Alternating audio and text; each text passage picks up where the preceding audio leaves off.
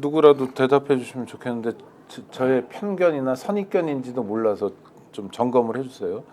그러니까 보수 정권 이명박 박근혜 또 윤석열 보면 유독 참사가 빈발하는 것 같아요. 용산 참사, 세월호 참사, 맞습니다. 이태원 참사, 그 다음에 이번에 제주항공 참사까지 왜 이 사람들이 집권을 하면 참사가 빈발하는 거지라는 의문 자연스러운 건가요? 아니면 제가 선입견인가요? 저는 절대 선입견 아니라고 생각합니다. 제가 팽목항에서 3개월 동안 계속 부르짖었던 것이 결국 경제 성장도 민주주의를 담보로 한다.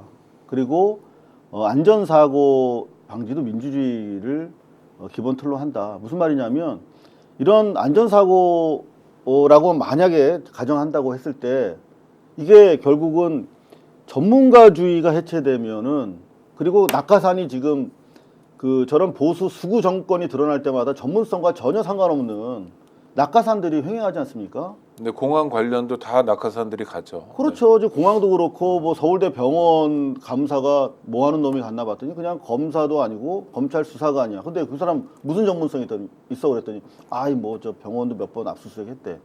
그런 자들이 다 내려가 있지 않습니까? 그러니까 이 전문가주의라고 하는 것들 그리고 매뉴얼에 입각한 시스템이라는 것들이 꾸준하게 이 보수 수구 정권이 들어설 때마다 붕괴되는 거죠. 그래서 이를테면은 아주 작고 사소한 그 체크리스트가 무너지고 그게 누적이 되면서 결국 대형 사고로 이루어지는 거거든요. 우리가 재난 영화를 봐도 뭐 볼트 하나 뭐 덜 조이고 뭐 하나 해서 대충 뭐 야 대충 하고 뭐 퇴근해 뭐 이런 상황들이 결국은 대형 사고로 이어지듯이 저는 어떠한 큰 뭐 바늘도둑이 소도둑 된다고 그러지 않습니까? 어떠한 큰 참사도 결국은 매우 작은 부주의라든가 그 무시해서 생겨난다고 생각할 때 저는 세월호 참사도 그렇습니다만 뭐 대형 뭐 철도 사고 뭐 이런 것들이 결국은 보수 정권 그 원칙과 시스템보다는 그냥 안면과 그냥 이념 중심으로 해서 낙하산했던 그런 정권에서 빈발할 수밖에 없다 하는 것이 첫 번째고 또 보수 수구 정권에서 이런 대형 사고가 자주 빈발하는 이유 중에 하나가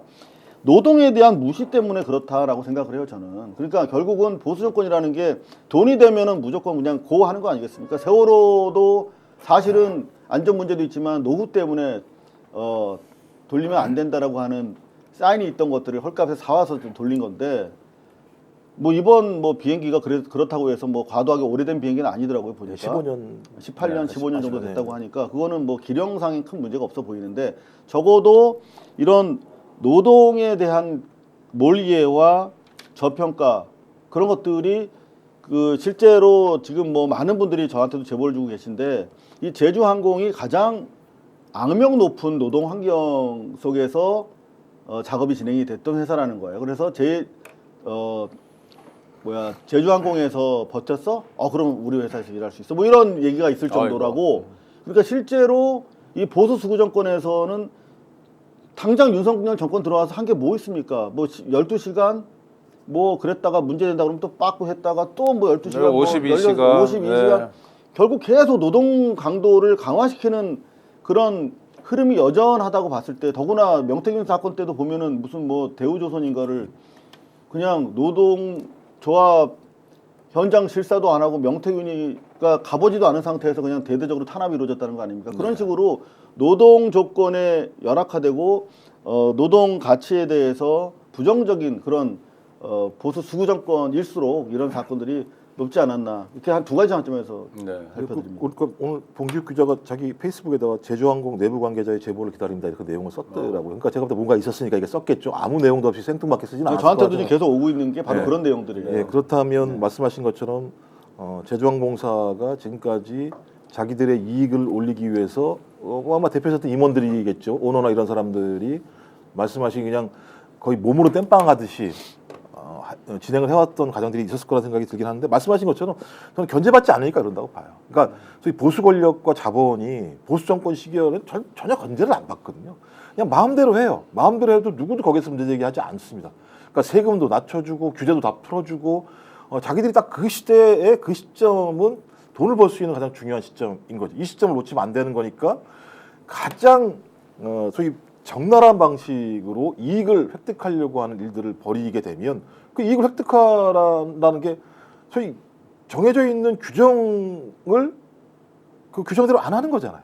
그럼 그만큼 규정을 뛰어넘으면 그만큼의 자기에 대한 이익들이 올 수밖에 없는 상황이니까 그걸 굳이 해야 될 일이 없는 것들이 누적이 되면 사건이 터진다거나 또 보수 권력도 마찬가지. 오늘 봉지욱 기자가 또 얘기한 게 뭐냐면 그 정보사 쪽에 있는 라인들한테 상당히 중요한 내용들의 제보들을 받기로 했는데 갑자기 제보를 안 해준다는 거예요. 안 해준 이유가 뭐냐 그랬더니 자기들이 지금 가만히 있으면 별을 단다는 거예요. 이제. 승진을 한다는 거예요. 위가 다 날아가니까.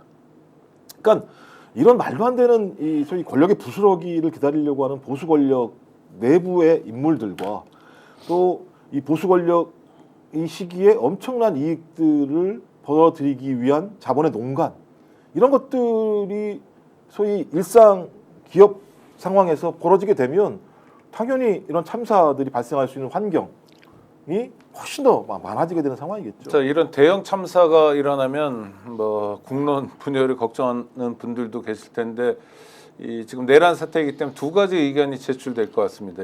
하루라도 빨리 내란 사태를 종식시키고 윤석열 정권을 종식시켜야 사고 수습도 하고 새로운 나라를 갈 수 있다라는 국민들이 있을 거고요. 뭐 그 수는 별로 많지 않지만 뭐 탄핵 때문에 이게 빌미가 됐다 하고 엉뚱한 소리 하는 사람들도 있을 텐데 자, 지금 대형 참사 앞에서 또 우리는 내란 사태의 대형 참사를 맞았어요. 이게 풀어야 될 숙제가 많은 겁니다. 이럴 때일수록 정말 지혜가 필요한데 이상호 기자가 지혜를 좀 보태주시죠. 최상목 대행은 일단 어떻게 해야 됩니까?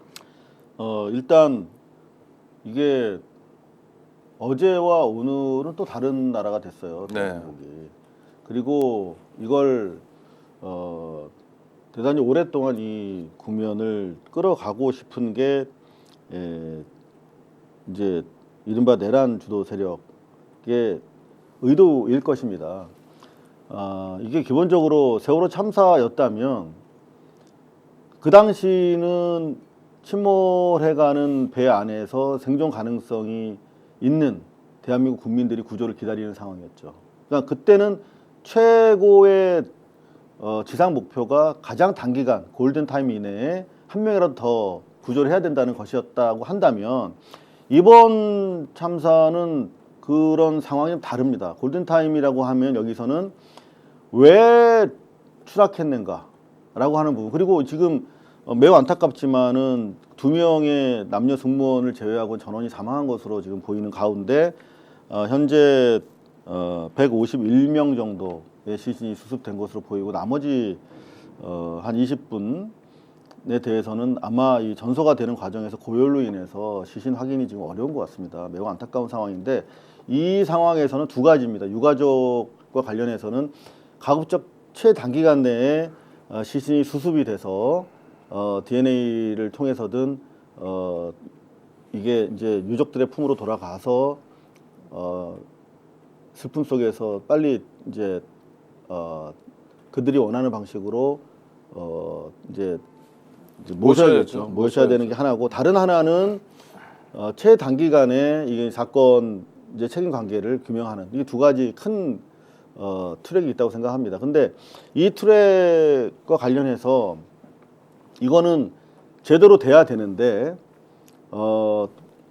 지금 조선일보 등이 지난번과는 달리 명단을 공개하고 일단 유족들이 모여서 유족 대책 협의회를 만들어서 이 사안을 어떻게 이걸 그 제주항공과 뭐 정부에 대해서 어떤 식으로 대책 마련을 요구할 것인가에 대해서 우리가 계속 관심을 가져줘야겠죠.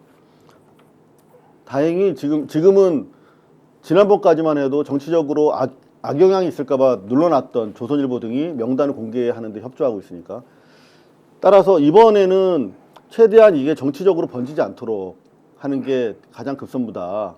그런 차원에서 일단은 지금 가만히 죽어 있어야 될 대통령실이 다시 막 살아나서 자기들이 뭔가 주도권을 행사하려고 하는 모습 보이고 국임당도 마찬가지거든요. 동시에 국임당에서는 이재명 대표와 민주당 죽이기에 나선 상황이기 때문에 저는 한상 최상목에 대해서는 최상목이 자신이 이 사태의 안정화를 위해서 빨리 기여할 수 있도록 촉구하는 게 일단 가장 시급하다고 보는데 지금까지 최상목이 한 말을 보면은 한덕수와 다르지 않다 하는 것이고, 그리고 대부분의 기성 매체들 보면은 대단히 최권한대행이 움직이지 못하도록 오히려 압박하는 기사를 계속 쓰고 있습니다. 뉴스원에 따르면, 뉴스원도 통신사기 때문에 대단히 영향력이 큰데, 뉴스원에 따르면은 최권한대행이 헌법재판관 3인에 대해서 즉시 임명할 것을 민주당으로부터 요구 압박받고 있지만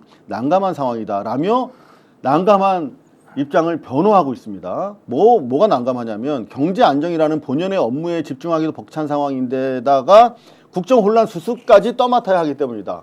마치 민주당이 경제 안정을 고3 학생 보고 네. 가게까지 책임지라고 했다. 그렇죠. 이런 투의 얘기잖아요. 네, 경제 안정을 위해서 제대로 하고 있는데 지금 다른 미션까지 줘서 얘가 힘들어한다라는 식으로 계속 압박을 하기 때문에 최단기간에 처리할 수 있도록 압박을 하면서 동시에 국회 중심으로 이 이른바 제주항공 참사와 관련해서 대책 마련할 수 있도록 이 거버넌스를 만들어야 된다. 국가에서 못 움직이게, 정부에서 못 움직이게. 사실